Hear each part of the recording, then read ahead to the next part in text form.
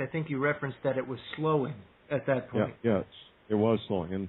And I work with Dr. Deagle on Genesis, and I'm a co-host on his third hour every Friday. One of my research associates got me an article written by Dr. Zangari, a PhD scientist in Italy. And Dr. Zangari was publicly saying that the loop current of the Gulf Stream, the North Atlantic Thermal Hailing Conveyor, there's other names for it, was at risk of stopping. And then a few days later, he announced, well, it has stopped. And that was on June 12th this year. Now, anybody can go to the United States Navy website. There's a particular page, of course, and it's a massive website. And they have images of the temperatures of all the oceans, satellite images. And you can see right there on the satellite image that the Gulf Stream comes up the east coast of the United States, gets to Cape Hatteras, not far from you there, Joe. Right. Goes east maybe 100, 200 miles, and stops. Now, this is incredibly important. Now, I've always known that the Gulf Stream at least affected the weather of North America, inland from the east coast several hundred miles, and, of course, England, Ireland, Scotland, France, Portugal, and so forth, with moderating influence for winter especially. Now, if you look at a map of the world, or a globe is even more dramatic. You look at England, Ireland, and Scotland, you go due east. You find out Moscow is just as close to the North Pole as England, Ireland, and Scotland are. The reason England, Ireland, and Scotland have very mild winters where a bulky wool sweater will do just nicely is the Gulf Stream, or at least was up until June 12th this year. I was looking at the ocean temperatures in the last 24 hours in that part of the world, and they no longer are getting the warming effect of the Gulf Stream. That's over.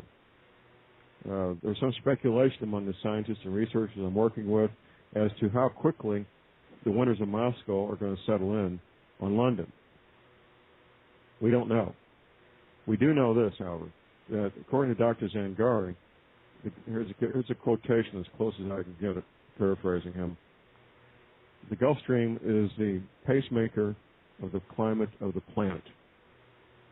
It affects the air temperature up to 7 miles high above the Gulf Stream, which of course impacts the jet stream. And all these systems, these loop currents, are all connected worldwide.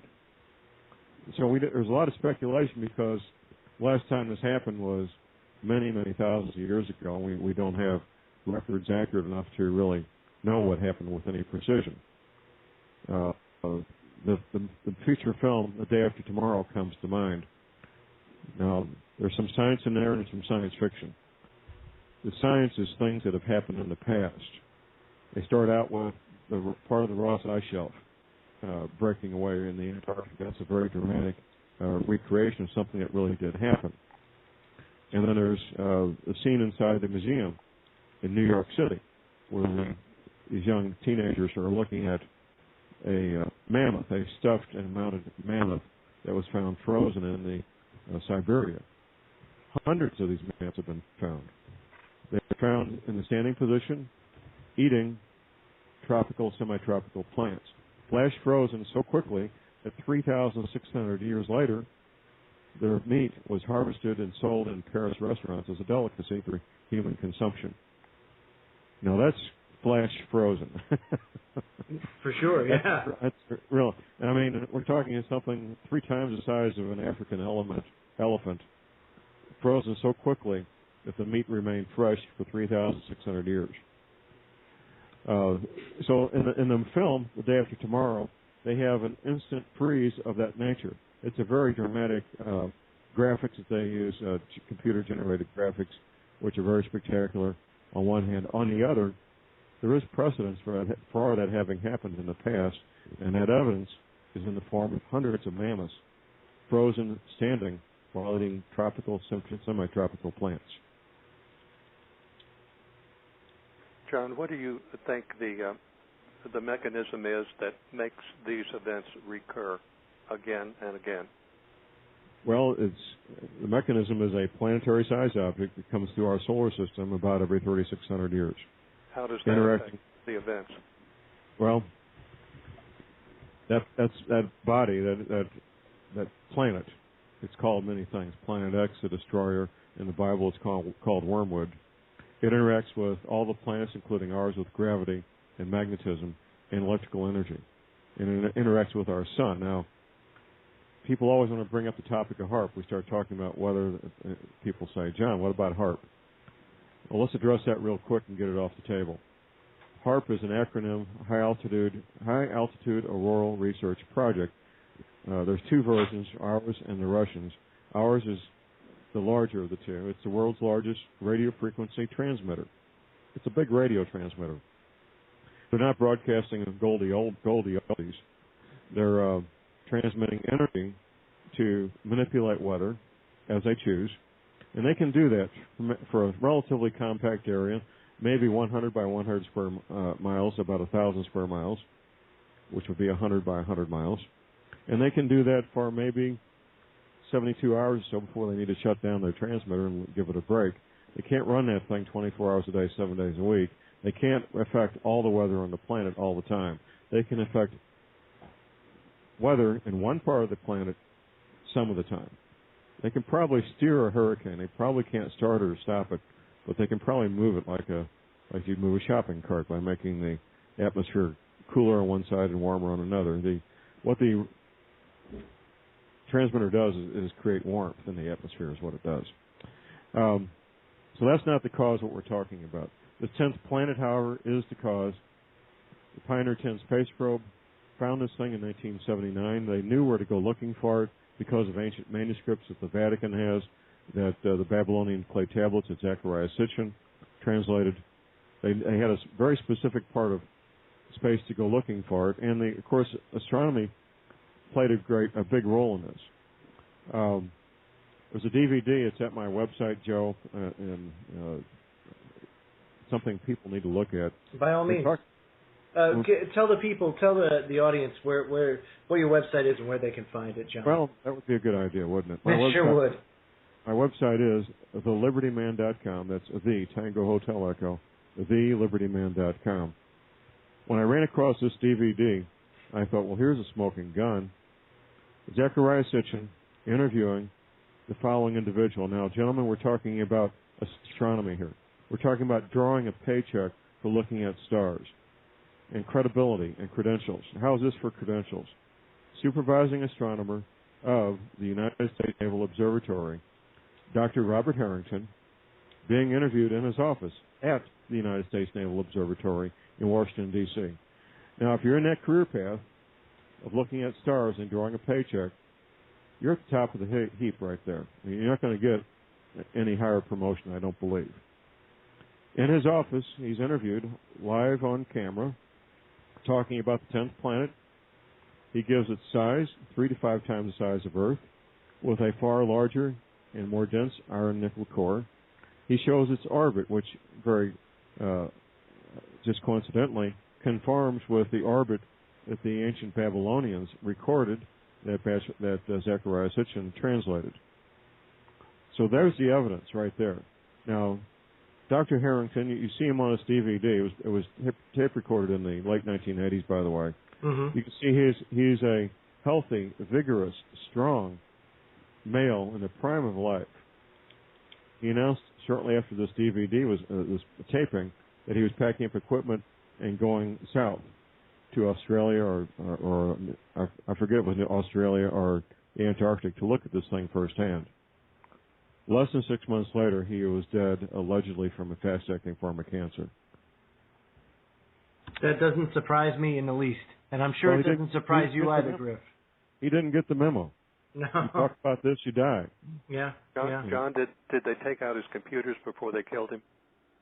I don't know. There's not much information on what happened, but what is significant, however, is in his official obituary, they say that after searching for the 10th planet for years, he finally gave up on it as not being real. That's in his obituary. And his chief research associate publicly denied looking for the 10th planet anymore. Mm-hmm. Well, he got the memo. You know, he got the picture. He wanted to live. Right. Isn't that interesting? I don't mean to get too far off the subject, but one of the things that they were when you were talking about internet searches and going through the keywords in the Google search, another thing that's been sparking my interest lately is the deep underground military bases that they've got strung throughout the world. And they've I don't know throughout the world, but there are certainly in this country. Yeah, there's some in other countries as well. And then couple that with the fact that they built the seed vault in the side of a mountain in the Arctic Circle in 9 months' time in 2007.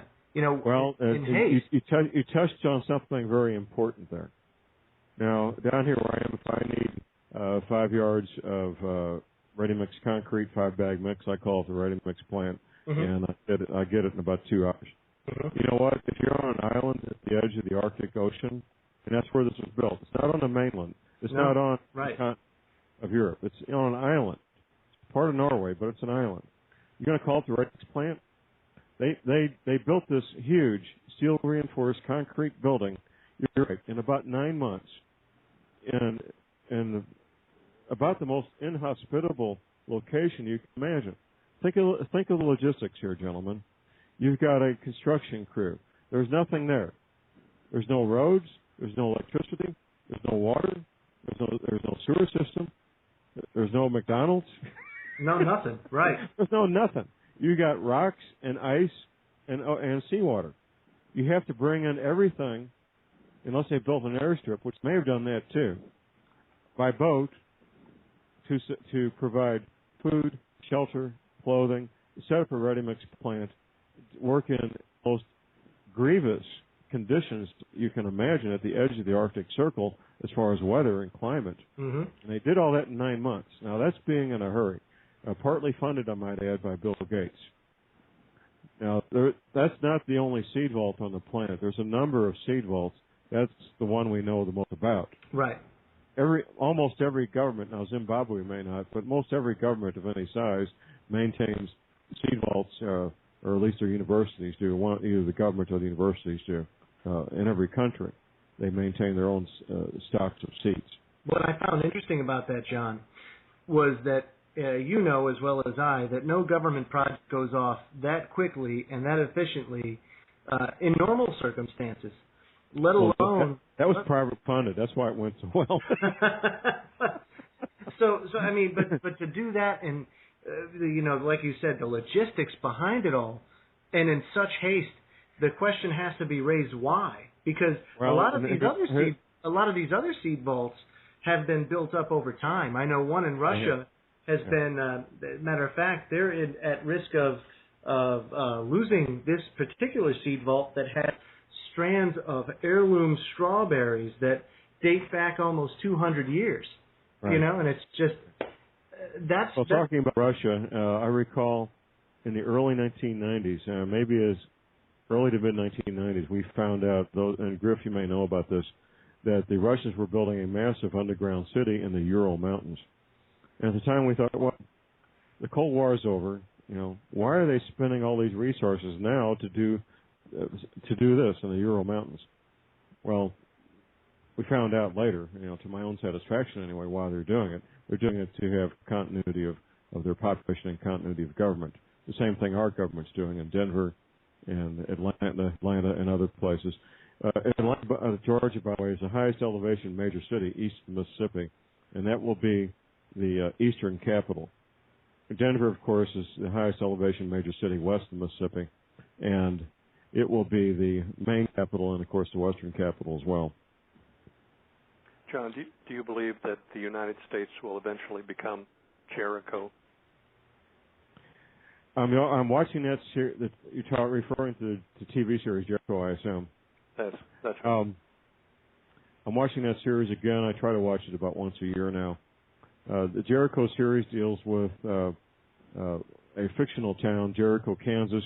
It was filmed in Canada, by the way, and a nuclear attack on, I believe, 20 major cities, which is one scenario that many of us have been concerned about for a lot of years. My private sources tell me these nuclear devices have been in place in American cities for some time, and either the government can't find them or